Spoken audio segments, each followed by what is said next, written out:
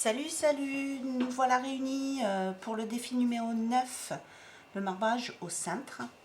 Alors voilà, j'ai pris un cintre en métal que j'ai tordu, que j'ai entouré de scotch pour le rendre un petit peu plus épais.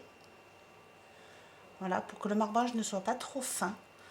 Plus votre cintre sera fin en section, plus le marbrage, ça entraînera moins de pâte en fait, et le marbrage sera fin, donc plus il est gros, plus ça entraînera de pâte et ainsi de suite. Voilà, donc j'ai pris ça, vous pouvez prendre ce que vous voulez. J'avais fait un montage aussi avec un cintre en plastique et puis un cintre en métal pour ce moule aussi. Je vous mettrai le lien dans l'article. J'avais fait un tuto photo. Et après, vous pouvez bidouiller ce que vous voulez avec un tube en bois, quelque chose de plus grosse section. Mon mari m'a donné une bonne idée aussi, c'est avec les rouleaux de peinture, vous savez, pour accrocher le tube de peinture pour peindre les murs. S'il est de la bonne dimension, c'est nickel. En plus, ça fera un beau marbrage. Alors, comme je vous le dis dans l'article, en fonction du motif que l'on peut faire, que l'on veut faire dans son moule, il faut arriver à l'imaginer après une fois coupé. On peut arriver très très bien à maîtriser le marbrage suivant le mouvement qu'on va donner. Alors où on peut faire des mouvements aléatoires comme ça, ou de l'intérieur vers l'extérieur à chaque fois en replongeant de haut vers le bas, du haut vers le bas, de gauche à droite, ou n'importe comment, comme on en a envie en fait. Le tout c'est d'imaginer le résultat que ça peut donner en fonction des couleurs qu'on utilise. Voilà, donc moi je suis partie, j'ai eu pas mal de soucis, pas de soucis, mais beaucoup de mal à trouver une idée pour ce savon. Je suis partie sur un parfum de bois de figuier et je vais faire un savon avec trois couleurs principales, mais deux que j'ai déclinées. Donc j'ai pris du vert, un que j'ai mis en clair, l'autre en foncé. Pareil pour le violet, un en clair, l'autre en foncé, très foncé même. Et le cœur, je vais le faire rouge avec des petites graines de pavot, les fines. Voilà. Donc forcément, on va utiliser plusieurs méthodes. Bon là, là je suis tranquille. Voilà, ma pâte commence à avoir une belle texture. Je vais pouvoir y aller. Voilà. Alors je vais mettre. C'était le violet que je voulais. Oui. Une couche de violet. Je vais verser à peu près la moitié en violet.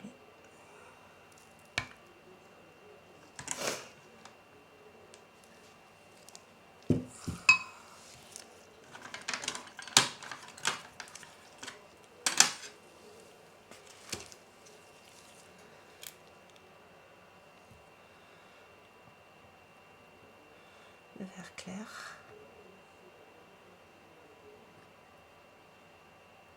Je ne sais pas si vous voyez bien.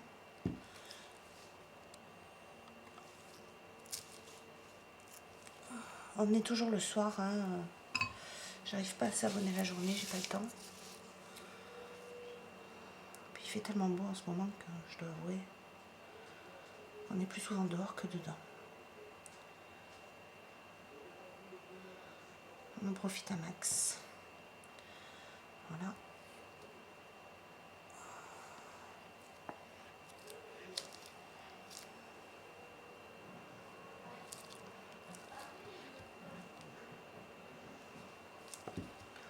Je veux pas, j'ai pas besoin de beaucoup de précision, mais bon, si on peut éviter les bavures de trop, c'est bien.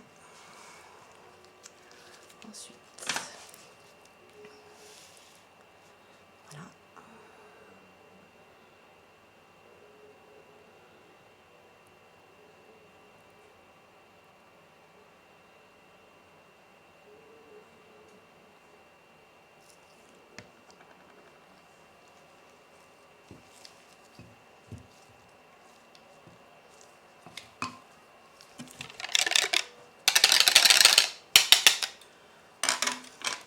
J'ai fait une nouvelle recette, une nouvelle formule pour ce savon.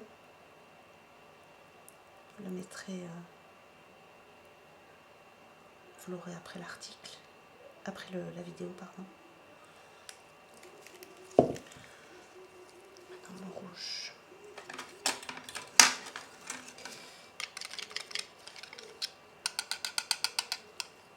Il a l'air pas mal.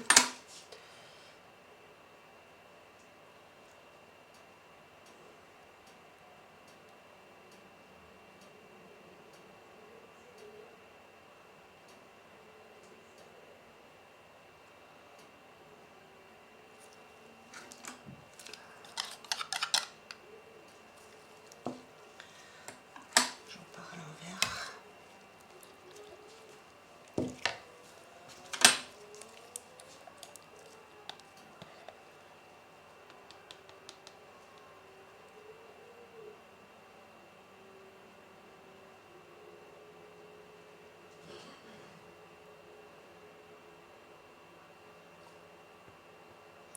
Il n'y a pas besoin d'être très précis sur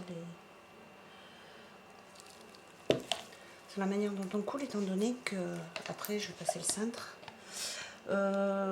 Tout dépend le motif. Alors je sais pas trop si je dois vous conseiller ou pas. Tout dépend le motif que l'on veut obtenir. C'est ça qui va, c'est l'épaisseur de votre pâte qui va définir le motif en fait. Je peux vous dire pour l'avoir fait avec une pâte trop fine, trop liquide, on a vraiment des motifs très fins. Alors c'est joli, hein, si c'est ce qu'on cherche.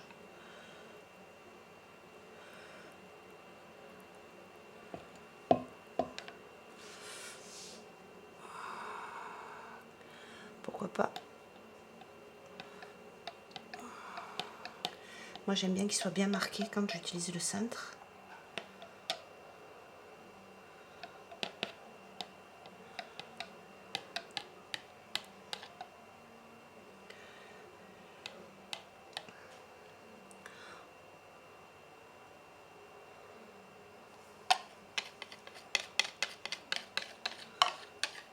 Je garde un peu pour le dessus.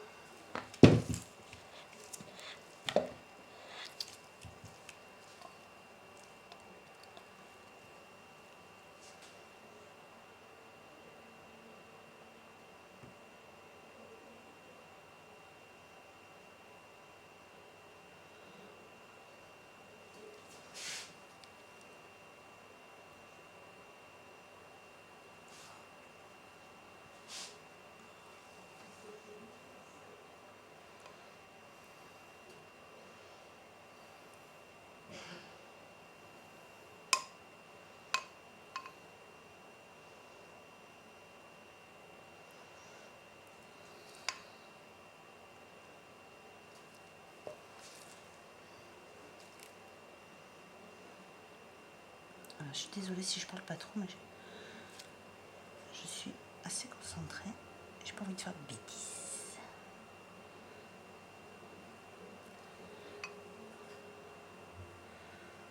Voilà.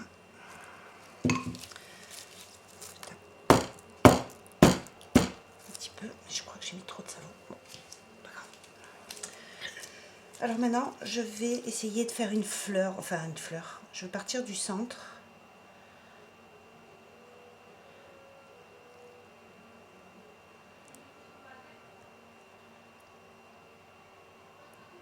Et je fais à plusieurs hauteurs. Ça se dit ça, des hauteurs. À plusieurs hauteurs. Voilà, pour avoir un...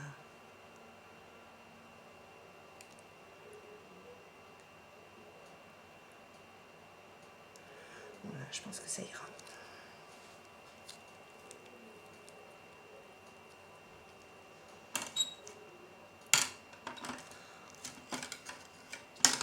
Je sais que je me répète, mais on peut faire des choses très jolies.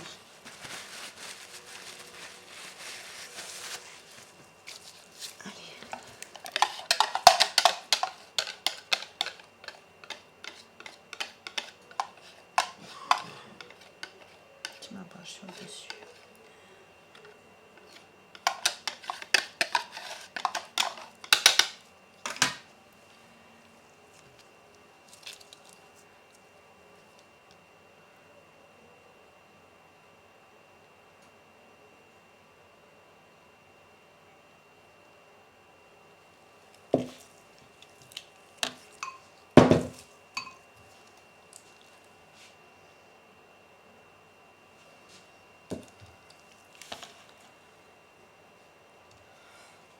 Pour foncer mon violet, c'est de l'ultramarine violette. J'ai rajouté une goutte, mais vraiment une goutte, de colorant rouge et de colorant bleu liquide opaque pour faire mon vert, mes verts. J'ai mis du jaune en colorant opaque. J'ai mis pour 2 cuillères à café de jaune. Il y a une goutte de bleu. Vraiment la goutte.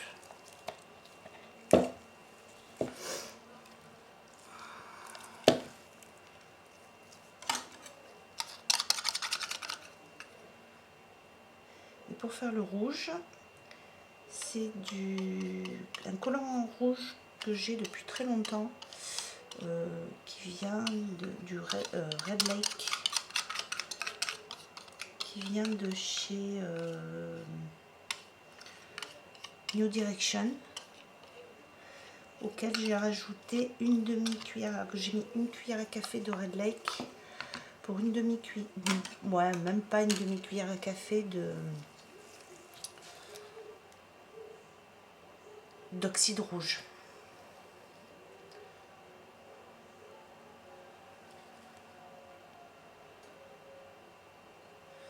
Là, je commence à monter en hauteur, au-dessus du moule. C'est sympa aussi.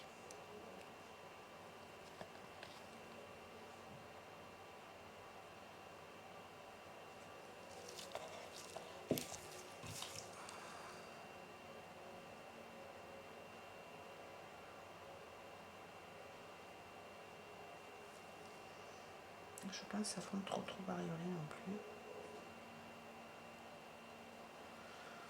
Voilà.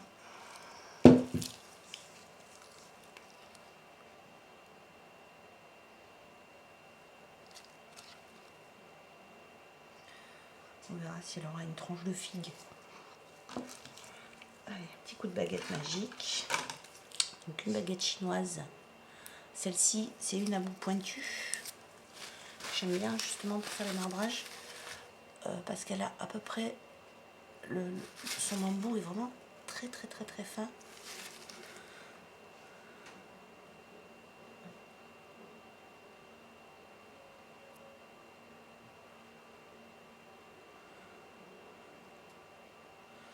Je marbre léger parce que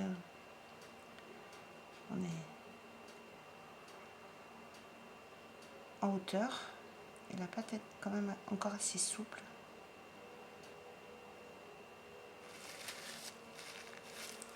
J'ai encore du violet.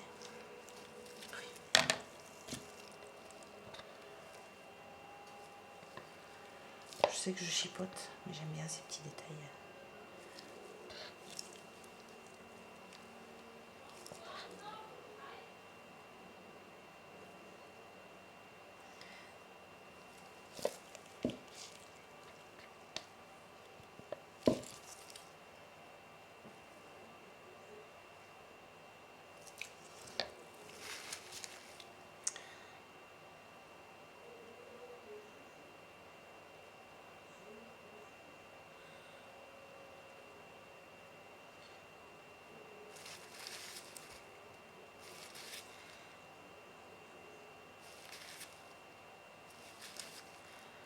J'ai coloré ma pâte en blanc avec du dioxyde de titane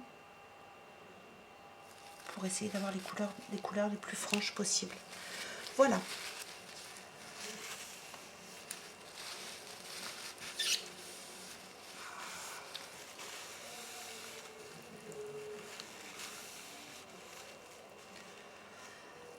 Bon, il n'est pas si mal pour un savon que je ne pensais pas créer. J'essaie de trouver la bonne lumière. Voilà.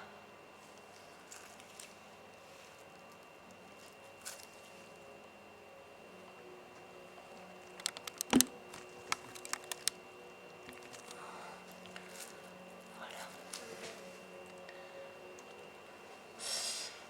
Donc voilà, vous pouvez faire ce que vous voulez avec votre cintre. Il n'y a pas de directive particulière. Amusez-vous et on se retrouve samedi prochain pour la découpe. Passez une bonne semaine. Bye bye.